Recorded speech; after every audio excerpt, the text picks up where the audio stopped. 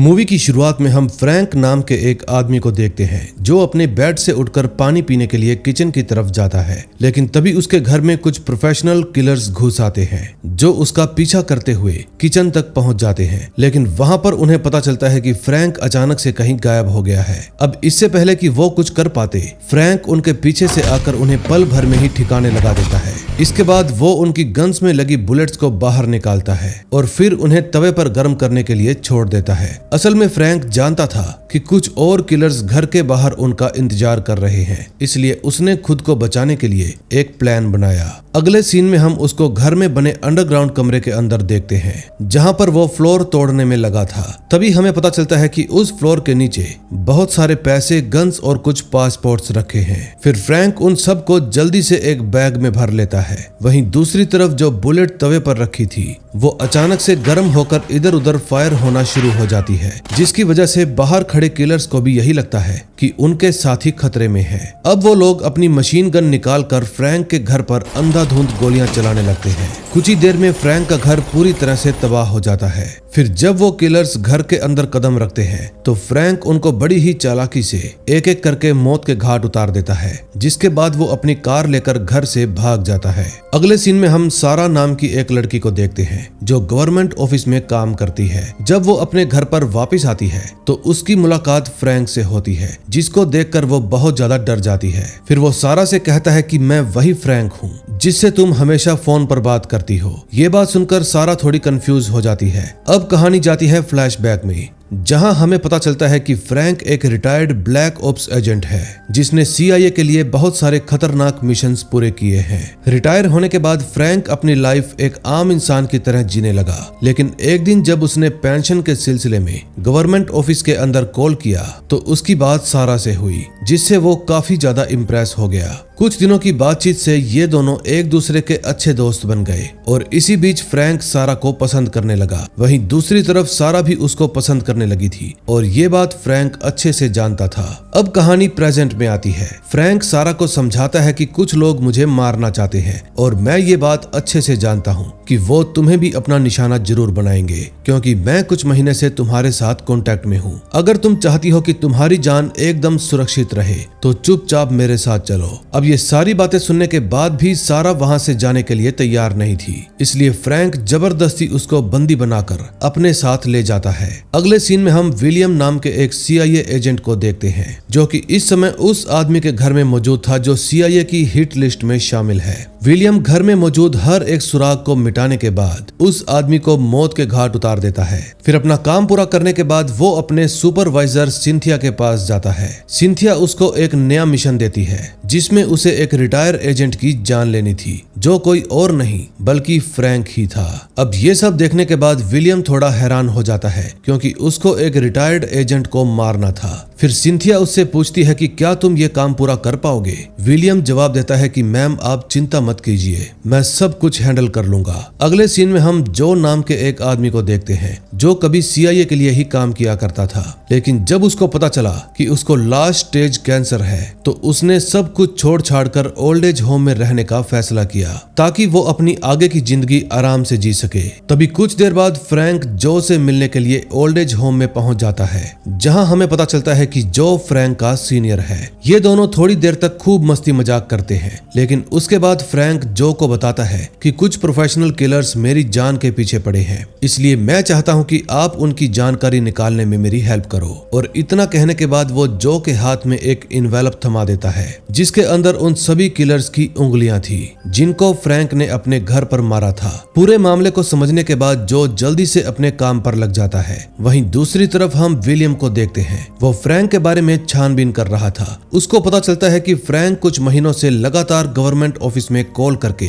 सारा नाम की लड़की से बातें कर रहा था और जब से फ्रैंक गायब है तब से ही सारा का भी कोई अता पता नहीं है। इसलिए विलियम तुरंत अपनी टीम को सारा की खोज करने का ऑर्डर देता है। अगले सीन में हम फिर से जो को देखते हैं जो फ्रैंक के पास पास आकर उसको कहता है कि मैंने उन सभी किलर्स के बारे में पता लगा लिया है। उनकी गैंग ने कुछ महीनों पहले स्टेफनी नाम की एक रिपोर्टर का मर्डर किया था जो नेटवर्क टाइम में काम करती थी। फिर ये सारी बातें सुनने के बाद फ्रैंक कहता है कि हमें जल्दी से जल्दी पता लगाना होगा कि आखिर ये लोग किस वजह से मेरे पीछे पड़े हैं। तभी हम सारा को देखते हैं जो होटल के कमरे में एक बेड से बंधी हुई थी, क्योंकि फ्रैंक को पूरा भरोसा था कि अगर उसने सारा को अकेले छोड़ दिया तो ये सीधा पुलिस के पास भाग जाएगी। अब सारा अपनी पूरी ताकत लगाकर खुद को आजाद करने की कोशिश करती है और कुछ देर में उसकी दोनों रस्सियां खुल भी जाती हैं, जिसके बाद वो पुलिस को सारी कहानी बताती है। लेकिन उन पुलिस ऑफिसर्स में से एक सारा को पहचान लेता है, क्योंकि विलियम ने हर एक जगह पर उसके बारे में इन्फॉर्म कर दिया था। अब वो पुलिस वाला सारा को अपने साथ ले जाने लगता है, लेकिन तभी फ्रैंक ठीक वक्त पर वहां पर आकर उस पुलिस वाले को ठिकाने लगा देता है और फिर सारा को पुलिस की कार में बिठाकर अपने साथ ले जाता है। वहीं दूसरी तरफ विलियम को भी इस बारे में पता चल गया था, इसलिए वो बिना वक्त गवाए फ्रैंक का पीछा करना शुरू कर देता है। थोड़ी दूर जाने के बाद फ्रैंक अपनी कार से बड़े ही स्टाइल में बाहर आकर विलियम की कार पर अंधाधुंध गोलियां चलाने लगता है, जिसकी वजह से विलियम को ना चाहते हुए भी खुद को बचाने के लिए अपनी कार रोकनी पड़ती है। फिर फ्रैंक विलियम से पीछा छुड़वाने के लिए पुलिस को इन्फॉर्म करता है कि एक आदमी काले सूट में पागलों की तरह सड़क पर गोलियां चला रहा है। मैं आपको उसकी कार का नंबर बताता हूँ, आप जल्दी से जल्दी उसको अरेस्ट कीजिए। अब जैसे ही विलियम फ्रैंक की कार के पास पहुँचता है, बहुत सारे पुलिस वाले उसको चारों तरफ से घेर लेते हैं। फिर वहाँ के हालात देखकर विलियम बिना कोई हंगामा किए चुपचाप अपने रास्ते चला जाता है। अगले सीन में हम जो को देखते हैं। जब वो अपने कमरे में बैठा हुआ था तो एक आदमी वहां पर आकर उस पर गन तान देता है। ये देखने के बाद जो समझ जाता है कि अब उसका अंत नजदीक आ गया है। दूसरी तरफ फ्रैंक सारा को अपने साथ लेकर न्यूयॉर्क शहर की तरफ निकल पड़ता है। फिर सारा उससे पूछती है कि आखिर हम वहां पर क्यों जा रहे हैं। फ्रैंक कहता है कि जो लोग मेरी जान के पीछे पड़े हैं उन्होंने अभी कुछ महीने पहले ही न्यूयॉर्क टाइम में काम करने वाली एक रिपोर्टर की भी जान ली थी, जिसका नाम स्टेफनी था। अगर हमें यह सारा मामला सुलझाना है तो हमें जाकर उसकी फैमिली से मिलना होगा। अब ये सब कुछ सुनने के बाद सारा उसके साथ जाने के लिए तैयार हो जाती है। अगले सीन में हम उन दोनों को स्टेफनी की माँ से बात करते हुए देखते हैं। वो सारा को बताती है कि पुलिस वालों ने मेरी बेटी के केस में कुछ भी नहीं किया। उन्होंने मुझे बताया कि ये सब एक हादसा था जिसमें चोरों ने गलती से मेरी बेटी की जान ले ली। लेकिन हैरानी की बात तो ये थी कि उसके घर से कोई भी सामान चोरी नहीं हुआ। फिर इतना कहने के बाद वो फ्रैंक को एक कार्ड देते हुए कहती है कि स्टेफनी ने अपने मरने से पहले मेरे पास ये कार्ड भेजा था। फिर जब फ्रैंक उस कार्ड को देखता है तो उसमें कुछ नंबर्स लिखे हुए थे। अब वो स्टेफनी की माँ से पूछता है कि आखिर आपकी बेटी किस यूनिवर्सिटी में पढ़ती है। वहाँ का एड्रेस मिलने के बाद सारा और फ्रैंक यूनिवर्सिटी की लाइब्रेरी में पहुंच जाते हैं और फिर कार्ड पर लिखे नंबर्स की हेल्प से उन्हें एक बुक मिलती है जिसके अंदर एक लिस्ट छुपा कर रखी गई थी। इसके बाद जब सारा उस लिस्ट में मौजूद लोगों के बारे में इंफॉर्मेशन निकालती है तो उन्हें पता चलता है कि लिस्ट के ज्यादातर लोग मारे गए हैं। लेकिन फ्रैंक को यह जानकर बहुत ही हैरानी होती है कि उस लिस्ट में जो के साथ साथ उसका नाम भी लिखा हुआ था। अब ये बात पता चलने के बाद फ्रैंक जल्दी से जो के पास कॉल करता है, लेकिन ओल्ड एज होम वाले उसको बताते हैं कि जो अब इस दुनिया में नहीं रहा। ये बात सुनते ही फ्रैंक बहुत निराश हो जाता है। अगले सीन में हम विलियम को देखते हैं जो कि फ्रैंक के बारे में और जानकारी हासिल करने के लिए CIA के रिकॉर्ड ऑफिस पहुंचकर उसकी पुरानी फाइल्स निकलवाता है। उन फाइल्स को पढ़ने के बाद विलियम समझ जाता है कि फ्रैंक बहुत ही खतरनाक एजेंट था जो अपना मिशन पूरा करने के लिए किसी भी हद तक जा सकता है। वहीं दूसरी तरफ हम फिर से फ्रैंक और सारा को देखते हैं जो कि एक बोट में बैठकर कहीं पर जा रहे थे। तभी सारा उससे पूछती है कि इस बार तुम मुझे कहां पर ले जा रहे हो। फ्रैंक जवाब देता है कि हम दोनों मेरे पुराने दोस्त मार्विन के पास जा रहे हैं क्योंकि इस वक्त वो ही हमारी हेल्प कर सकता है। फिर कुछ देर बाद वो लोग मार्विन के ठिकाने पर पहुंच जाते हैं जहां फ्रैंक सारा को समझाता है कि तुम कोई भी गलत हरकत मत करना क्योंकि मार्विन दिमाग से थोड़ा हिला हुआ है। फिर जैसे ही वो दोनों बोट से नीचे उतरते हैं मार्विन उनके ऊपर पीछे से हमला कर देता है, लेकिन फ्रैंक उसको बड़े ही आराम से समझाता है कि हम दोनों यहाँ पर तुम्हें मारने के लिए नहीं बल्कि कुछ बात करने के लिए आए हैं। ये बात सुनकर मार्विन उस पर भरोसा कर लेता है, जिसके बाद वो उन दोनों को अपने सीक्रेट ठिकाने पर ले जाता है।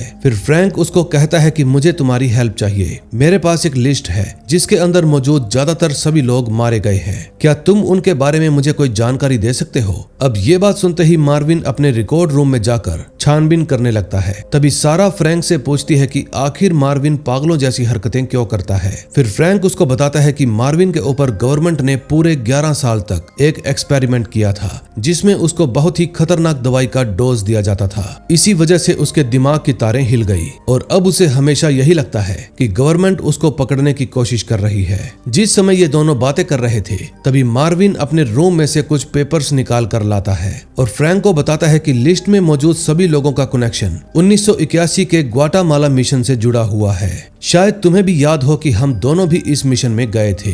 दरअसल उस मिशन को पूरा करने के बाद ग्वाटामाला के पास मौजूद एक गांव के सभी लोगों को मरवा दिया गया था। फिर ये सारी बातें सुनने के बाद सारा कहती है कि क्या तुम्हारे हिसाब से कोई उन सभी लोगों को मरवा रहा है जो इस मिशन में शामिल थे। फिर मार्विन हाँ में जवाब देता है और कहता है तुम बिल्कुल सही बोल रही हो, लेकिन लिस्ट में से अभी भी एक आदमी जिंदा है जिसका नाम गैब्रियल है। मिशन के दौरान वो हमारे प्लेन का पायलट था।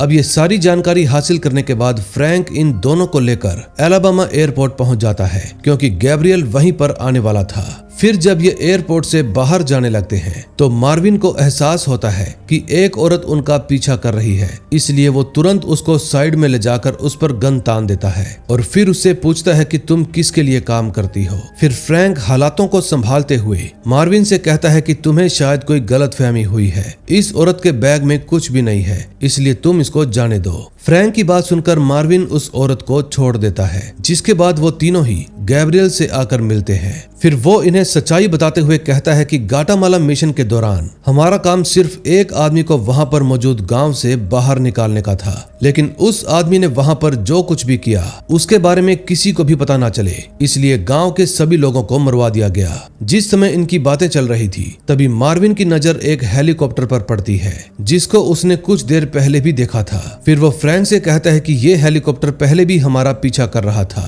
फिर जैसे ही गैब्रियल ऑफिस की खिड़की के पास जाता है तो अचानक से एक गोली आकर सीधा उसकी छाती में लगती है और उसकी वहीं पर मौत हो जाती है। अब खुद पर हुए हमले की वजह से वो तीनों वहां से भागना शुरू कर देते हैं, लेकिन तभी हमें पता चलता है कि ये हमला CIA की तरफ से था जो कि इन तीनों पर अंधाधुंध गोलियां बरसाना शुरू कर देते हैं। अब हालातों को देखते हुए फ्रैंक मार्विन के बैग में से एक बहुत ही खतरनाक गन बाहर निकालता है और फिर CIA के लोगों पर जवाबी हमला करता है। फिर थोड़ा और आगे जाकर उनका सामना उसी औरत से होता है जो एयरपोर्ट पर उनका पीछा कर रही थी। अब मार्विन को बहुत ही गुस्सा आ जाता है और वो अपनी गन निकालकर एकदम सही निशाना लगाता है, जिसकी वजह से उस औरत की मिसाइल बीच रास्ते में ही फट जाती है और फिर आग लगने की वजह से वो भी मारी जाती है। इसके बाद ये लोग तुरंत वहां से भाग जाते हैं। रास्ते में फ्रैंक मार्विन को समझाता है कि हमें किसी भी हाल में CIA के रिकॉर्ड रूम में पहुंचना होगा क्योंकि वहीं पर हमें ग्वाटामाला मिशन की पूरी जानकारी मिलेगी।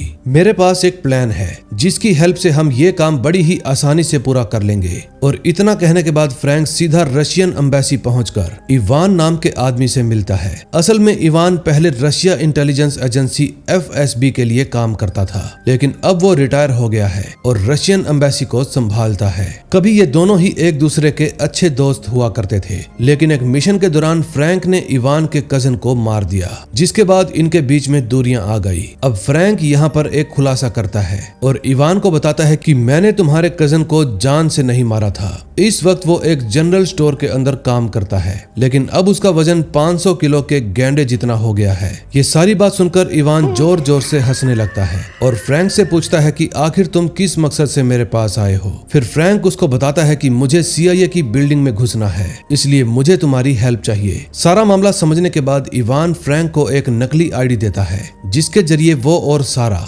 CIA की बिल्डिंग में घुसकर रिकॉर्ड रूम तक पहुंच जाते हैं। लेकिन वहां पर काम करने वाला एम्प्लॉय तुरंत फ्रैंक को पहचान लेता है और फिर उसे ग्वाटामाला मिशन की सारी फाइल्स देते हुए कहता है कि तुम्हें थोड़ा संभल कर रहना चाहिए क्योंकि विलियम तुमको मारने की पूरी कोशिश कर रहा है। अब ये बात सुनकर फ्रैंक तुरंत विलियम के ऑफिस में पहुंचकर उसकी बहुत बुरे तरीके से पिटाई करता है। फिर विलियम का सारा घमंड तोड़ने के बाद फ्रैंक कमरे से बाहर आता है और फिर एक केमिकल के जरिए CIA की बिल्डिंग में धमाका कर देता है, जिससे फायर ब्रिगेड वाले तुरंत वहां पर पहुंच जाते हैं। हैं। इस मौके का फायदा उठाकर फ्रैंक फायर ब्रिगेड वर्कर की एक यूनिफॉर्म में सारा के साथ बिल्डिंग से बाहर निकल जाता है। फिर जब वो अपनी वैन के पास पहुंचता है तो उसको पता चलता है कि जो जिंदा है। इसके बाद फ्रैंक उससे पूछता है कि आखिर ये सब कैसे हुआ। फिर जो जवाब देता है कि जब वो किलर मेरे कमरे में आया तब मैं पहले से ही तैयार बैठा था। मैंने उसको अपनी गन से शूट करके मार दिया और फिर अपनी मौत की झूठी न्यूज पूरे शहर में फैला दी ताकि हमारे दुश्मनों को यही लगे कि मैं सच में मर गया हूँ। अब रास्ते में जाते वक्त फ्रैंक को पता चलता है कि लड़ाई के दौरान उसको एक गोली लग गई है। इसलिए ये सभी विक्टोरिया नाम की एक औरत के घर पहुंच जाते हैं जो पहले MI6 एजेंसी के लिए काम करती थी। फ्रैंक उससे अपने इलाज के लिए हेल्प मांगता है क्योंकि वो हॉस्पिटल नहीं जा सकता था। फिर सारा मामला समझने के बाद विक्टोरिया उसके शरीर से गोली निकाल देती है और फिर सभी लोग मिलकर ग्वाटामाला मिशन की फाइल में छानबीन करने लगते हैं। तभी उनको अलेक्जेंडर नाम के एक आदमी के बारे में पता चलता है जो डिफेंस और आर्मरी की डील करवाता है, लेकिन उसका नाम ग्वाटामाला मिशन की लिस्ट में शामिल ही नहीं था। सच्चाई का पता लगाने के लिए फ्रैंक और मार्विन जो के साथ अलेक्जेंडर के ठिकाने पर पहुंच जाते हैं, लेकिन वहां पर सिक्योरिटी बहुत ही ज्यादा थी। अब इनसे बचने के लिए जो एक गैंग लॉर्ड बनकर आया था ताकि वो गन्स की डील के बहाने अलेक्जेंडर से मिल सके। घर के अंदर जाकर ये लोग एक दूसरे से बात करने लगते हैं। वहीं दूसरी तरफ हम विक्टोरिया को देखते हैं जो अपनी स्नाइपर लेकर एकदम रेडी थी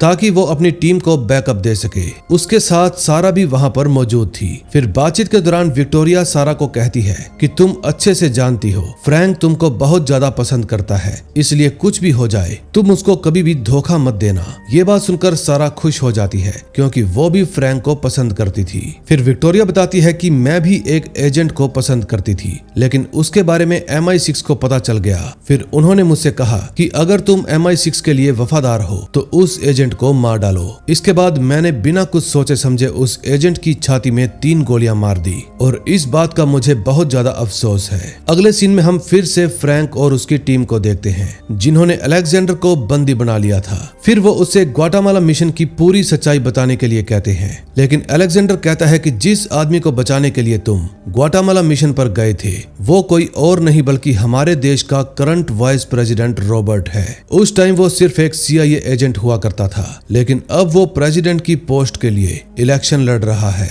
रॉबर्ट ने ग्वाटामाला से जाते वक्त पूरे गांव को तबाह कर दिया था और इसी बात को छुपाने के लिए वो उन सभी एजेंट्स को भी मरवा रहा है जो उस मिशन पर गए थे ताकि इलेक्शन के वक्त उसको कोई भी दिक्कत ना आए। अब जिस समय ये लोग आपस में बातें कर रहे थे तभी अचानक से विलियम अपनी पूरी टीम के साथ उस घर को चारों तरफ से घेर लेता है, जिसके बाद वो फ्रैंक के पास कॉल करके कहता है कि अब तुम्हारे पास कोई रास्ता नहीं बचा, इसलिए तुम चुपचाप खुद को सरेंडर कर दो। लेकिन फ्रैंक जवाब देता है कि जो कुछ भी हो रहा है उसके पीछे वाइस प्रेसिडेंट का हाथ है ताकि वो अपने वार क्राइम को छुपा सके। लेकिन विलियम इस बात पर भरोसा नहीं करता। वो फ्रैंक को कहता है कि मैं तुमसे वादा करता हूँ अगर तुम चुपचाप खुद को सरेंडर कर दोगे तो मैं तुम्हें कोर्ट में अपनी बात रखने का मौका जरूर दूंगा। अब ये सारी बातें सुनने के बाद फ्रैंक घर से बाहर आने के लिए तैयार हो जाता है। जब वो बाहर आता है तो अचानक से कोई अनजान आदमी अपनी स्नाइपर से उसको गोली मार देता है और ये देखकर विलियम चिल्लाते हुए उसकी तरफ भागने लगता है,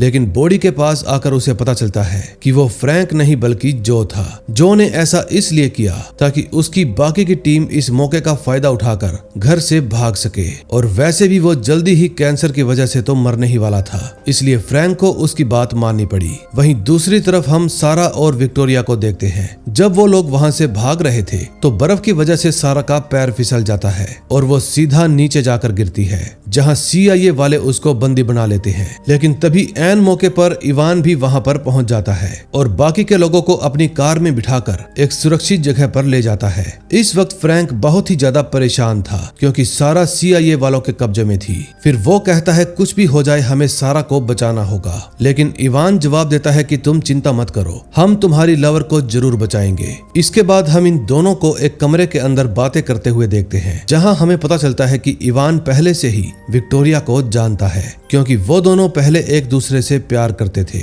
इवान वही एजेंट है जिसको विक्टोरिया ने छाती पर 3 गोलियां मारी थी, लेकिन वो फ्रैंक से कहता है कि मैं जानता हूँ विक्टोरिया मुझे अभी भी पसंद करती है। तभी कुछ देर बाद फ्रैंक विलियम के पास कॉल करता है, लेकिन CIA वाले उस कॉल को ट्रेस करने लगते हैं। उनको पता चलता है कि इस वक्त फ्रैंक विलियम के घर पर ही मौजूद है। फिर फ्रैंक उसको कहता है कि अगर सारा को कुछ भी हुआ तो मैं तुम्हारी फैमिली को तुमसे छीन लूंगा। अब जो बात मैं तुम्हें बताने वाला हूँ उसको ध्यान से सुनना। असल में वाइस प्रेसिडेंट ही CIA का गलत इस्तेमाल करके सभी लोगों को मरवा रहा है, इसलिए अब मैं उसके पीछे जा रहा हूँ क्योंकि उसको रोकना बहुत ही जरूरी है। फिर इतना कहने के बाद वो फोन काट देता है। ये सब सुनकर विलियम बहुत ज्यादा डर जाता है, इसलिए वो तुरंत ही अपने घर पहुंच जाता है जहां उसकी फैमिली एकदम सही सलामत थी। इसके बाद विलियम को घर की टेबल पर ग्वाटामाला मिशन की फाइल रखी मिलती है जिसमें सारी सच्चाई लिखी हुई थी। अगले सीन में हम फ्रैंक और उसकी टीम को देखते हैं जो कि अपनी पूरी प्लानिंग करके शिकागो पहुंच गए थे, क्योंकि आज यहाँ पर एक इवेंट में वाइस प्रेसिडेंट रॉबर्ट आने वाला था। फिर विक्टोरिया जल्दी से इवेंट वाली जगह पर पहुंच जाती है। अब उसका नाम गेस्ट लिस्ट के अंदर भी शामिल था, इसलिए कोई भी उस पर शक नहीं करता। फिर मार्विन एक वेटर की ड्रेस पहनकर उसके पास आता है और उसको एक परफ्यूम की बोतल देता है। अब विक्टोरिया को वो बोतल किसी तरह से इवान के पास पहुंचानी थी। फिर इवान उस परफ्यूम को पूरे हाल में छिड़क देता है और फिर सभी को कहता है कि यहाँ पर कोई गैस लीक हो रही है। ये बात सुनते ही सिक्योरिटी टीम तुरंत रॉबर्ट को वहां से किसी सुरक्षित जगह पर ले जाने लगती है, लेकिन तभी बीच रास्ते में मार्विन और विक्टोरिया उन पर अंधाधुंध गोलियां चलाने लगते हैं, जिसकी वजह से उन लोगों को वहीं पर रुकना पड़ता है। जब वो लोग कार में रॉबर्ट को ले जाने की कोशिश कर रहे थे तो इवान एक बटन दबाकर उस कार को ब्लास्ट कर देता है। तभी सिक्योरिटी टीम रॉबर्ट को बिल्डिंग के दूसरे रास्ते से बाहर ले जाने लगती है। इतने में विलियम भी पीछे के रास्ते से विक्टोरिया के पास पहुंच जाता है, लेकिन वहां पर आकर उसको पता चलता है कि वो मशीन गन ऑटोमेटिक मोड पर चल रही है। अगले सीन में हम फिर से सिक्योरिटी टीम को देखते हैं जो कि रॉबर्ट को बहुत ही होशियारी से आगे ले जा रहे थे। तभी विक्टोरिया फिर से उन पर गोलियां बरसाना शुरू कर देती है और इस बार सिक्योरिटी टीम भी विक्टोरिया पर जवाबी हमला करती है, जिसमें एक गोली उसको लग जाती है। फिर विक्टोरिया मार्विन से कहती है कि प्लान के मुताबिक तुम आगे चले जाओ, मैं यहीं पर रुकती हूँ। अब धीरे धीरे उसकी सांसें थमती जा रही थी, लेकिन तभी इवान वहां पर आकर उसको अपनी गोदी में उठा लेता है और फिर वो दोनों एक साथ बिल्डिंग से बाहर चले जाते हैं। तभी हम मार्विन को देखते हैं जो बहुत ज्यादा गुस्से में था। फिर वो अपनी बॉडी के ऊपर एक टाइम बॉम्ब भी लगा लेता है और खुद रॉबर्ट की तरफ भागना शुरू कर देता है। उसको देखकर वो लोग भी अपनी जान बचाने के लिए भागने लगते हैं। तभी एक कार रॉबर्ट के पास आकर रुकती है और वो सभी जल्दी से उसके अंदर बैठ जाते हैं, लेकिन ये उनकी सबसे बड़ी गलती थी क्योंकि कार के अंदर कोई और नहीं बल्कि फ्रैंक बैठा हुआ था। वो सिक्योरिटी टीम के दोनों आदमियों को बेहोश करके रॉबर्ट को अपने साथ ले जाता है। फिर नेक्स्ट मॉर्निंग रॉबर्ट विलियम को कॉल करके कहता है कि अब वाइस प्रेसिडेंट मेरे पास है, इसलिए तुम्हारी भलाई इसी में है कि तुम बिना कोई होशियारी दिखाए चुपचाप सारा को मेरे हवाले कर दो। और इतना कहने के बाद वो विलियम को एक एड्रेस बताता है। अगले सीन में हम फ्रैंक और रॉबर्ट को एक गैराज में खड़ा देखते हैं। तभी वहां पर विलियम भी आ जाता है, लेकिन सबसे हैरानी वाली बात तो ये थी कि वहां पर अलेक्जेंडर और CIA की सुपरवाइजर सिंथिया भी मौजूद थी। वो दोनों ही सारा को अपने साथ लेकर आए थे। दरअसल यहाँ जो कुछ भी हो रहा था उसके पीछे असली मास्टरमाइंड अलेक्जेंडर था। उसी ने ग्वाटामाला मिशन के सभी एजेंट्स को मारने का ऑर्डर दिया था। दरअसल जब रॉबर्ट ने गांव के सभी लोगों को मारने का फैसला किया तब उस काम को संभालने की जिम्मेदारी अलेक्जेंडर को दी गई थी, जिसने ये काम बहुत ही सफाई से किया। लेकिन जब उसको पता चला कि रॉबर्ट प्रेसिडेंट की पोस्ट के लिए खड़ा हो रहा है तो वो उसको ब्लैकमेल करने लगा ताकि उसकी पावर का गलत इस्तेमाल कर सके और अपनी गन्स की डील का काम भी बढ़ा सके। अब अलेक्जेंडर अच्छे से जानता था कि अगर किसी भी एजेंट ने ग्वाटामाला मिशन की सच्चाई सबके सामने ला दी तो रॉबर्ट प्रेसिडेंट नहीं बन पाएगा, इसलिए उसने सभी एजेंट्स को मरवा दिया। अब अलेक्जेंडर रॉबर्ट को गोली मारने के बाद विलियम से कहता है कि तुम फ्रैंक को हथकड़ी लगा दो और विलियम ऐसा ही करता है, लेकिन उसने चुपचाप फ्रैंक के हाथ में हथकड़ी की चाबी दे दी थी। जिसके बाद अलेक्जेंडर उसको फ्रैंक को मारने का ऑर्डर देता है, लेकिन विलियम ऐसा करने के बजाय सिंथिया पर गोली चला देता है और फिर अलेक्जेंडर के बाकी के साथी भी एक एक करके मरने लगते हैं। जिसके बाद फ्रैंक अलेक्जेंडर को भी ठिकाने लगा देता है। अब इन सबको मारने में फ्रैंक का साथ दे रहे थे उसके दोस्त मार्विन और विक्टोरिया। अब पूरी सच्चाई पता चलने निकलने के बाद विलियम फ्रैंक से कहता है कि तुम लोग तुरंत यहाँ से निकल जाओ, मैं सब कुछ संभाल लूंगा। फिर फ्रैंक उसको थैंक यू कहकर अपनी टीम के साथ वहाँ से चला जाता है। अब रास्ते में जाते वक्त सभी लोग बहुत ही ज्यादा खुश थे। तभी इवान कहता है कि मुझे तुम लोगों की हेल्प चाहिए, मेरा एक न्यूक्लियर प्रोग्राम चोरी हो गया है और मैं चाहता हूं कि तुम लोग उसको वापस लाने में मेरी हेल्प करो। ये बात सुनकर सब लोग हंसते हुए हाँ में जवाब देते हैं और इसी के साथ इस मूवी का एंड हो जाता है। दोस्तों, अगर आपको ये मूवी अच्छी लगी हो तो प्लीज वीडियो को लाइक करके चैनल को सब्सक्राइब कर दें। मैं मिलूंगा आपसे ऐसी ही और मजेदार मूवी के साथ। Till then bye bye.